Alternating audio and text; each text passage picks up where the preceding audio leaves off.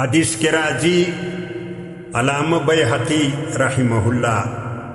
په خپل مشهور کتاب شعب الایمان کې حدیث نقل کړی ده وای نبی علیه الصلاة والسلام وایي چې دا رمضان ته رمضان وایي لأنه ترمز الذنوب رمز اصلي سوځلو ته وایي دا رمضان بولي د دې وجې ګناهونه سوځي لکه اور چې وچو بوټیو ته واچې وچ بوټي وسوځي دقسې دا روزه په نسبت و ګناهو ته لکه اور دی د ګناهونه سوځي ختموي الله جل جلاله له موږ سره احسان کړی شهر رمضان الذي انزل فيه القرآن قرآن هدى للناس د انسانیت دپاره هدایت ده وبینات من الهدى واضح دلایل دي پر هدایت باندې فمن شهد منكم الشهر فليصوم هغه څوک چې له تاسې میاشتې ته حاضر سو دا میاشتې روزه دې ونیسي او د دې میاشتې روزه دې په داسې نیت ونیسي په داسې جرأت چې یا الله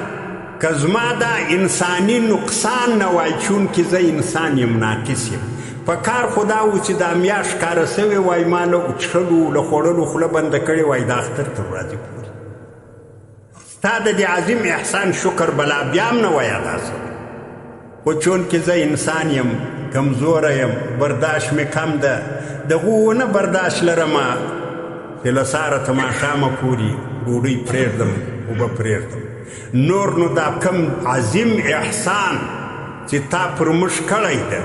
او د دې په شکر کې چې کمه کمې موږ کړې ده یا الله هغه ته رامعاف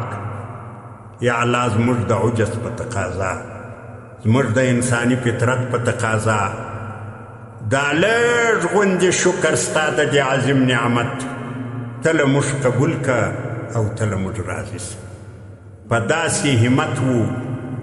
په داسې جرأت باندې په کار دا ده چې سړی روزه ونیسي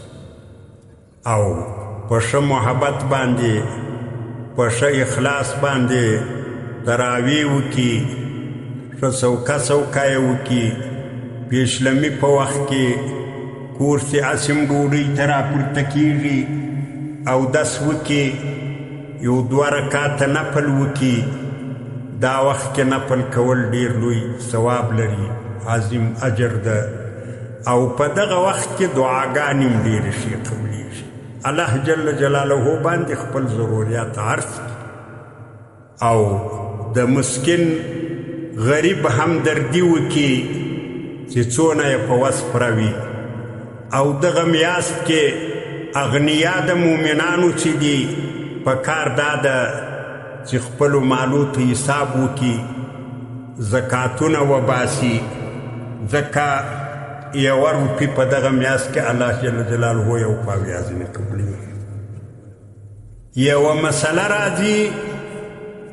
که سړی چیرې په دغه میاشت کې طاعاتو ته حساب وکړي طاعت بیخي دوچنده کېږي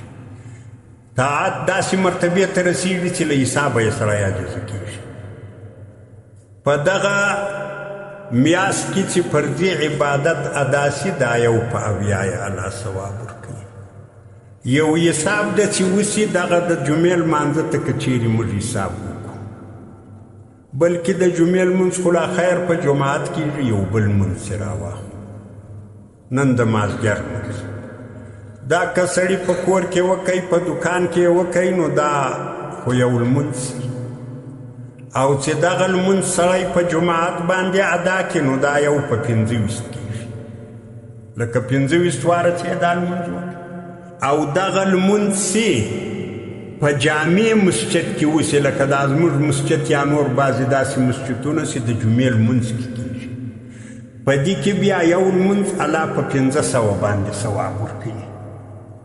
بعضې کتابو د دې ضرب کړی د 25 په 500 کې ووایه ضرب کې 12,000 لمونځونه ځینې جوړېږي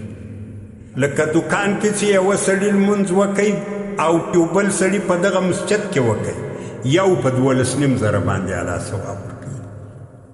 او بیا چې دا 12,000 په اویا کې ضرب کې د روزې دا خو یو په اویا ده تقریبا 8,50,000 لمونځونه له یې وسله جوړېږي او دا د الله له مهربانۍ څخه هېڅ لرې نه ده ځکه الله چې کم جنت موږ ته راکوي چې یو لمونځ په دغو نه را حساب نه کړي نه ګټل کېږي جنت خو بیا جنت نو چې کوشش وکړو لمونځونه وکړو په جماعت باندې یې ادا کړو نوافل وکړو الله د فرضو ثواب راکوي تلاوتونه وکړو له قرآن کریم سره نږدې سو د قرآن کریم الفاظ زده کړو د قرآن کریم معنا ته غوږ ونیسو نو ځکه دا داسې میاشت ده د اعمالو رصد ده اعمال په ډېر ګران قیمت الله اخلي چې دا میاشت تېره شي بیا به دغه اعمال وي په هغه قیمت بیا نه خرڅېږي نو که دا له موږ فوت یو تجار راغی له بیابانه څخه له هندوستانه څخه راغی دلته د بادامو من په 15,000 روپۍ اخیستی بادام اوس په 1500 کې تجار چې راغی من یې په 15,000 یا یې په 25,000 اخیستی یو سړي پر خرڅ کړو د 500 بادام یې په 25,000 ولاړو بل لټ سیدوري تجار ځینې ولاړی بله ورځ دی بازار ته ورغی هغه بیرته په 500 دی به څونه پښیمانه وي خلک به څونه ملامتیا پر وایي ملا دې ماته څه خو راتلې به دلته او دغه نه ګران خرڅېږي دا هسې حالت ده نن ستا طاعت ډېر لوړ قیمت لري د الله په دربار کې او دا محدود وخت ده داسې تېر چې بیا دا قیمت بیرته رالوېږي کوشش کوئ خپل طاعت ګران خرڅ کړئ واخر دعوانا ان الحمد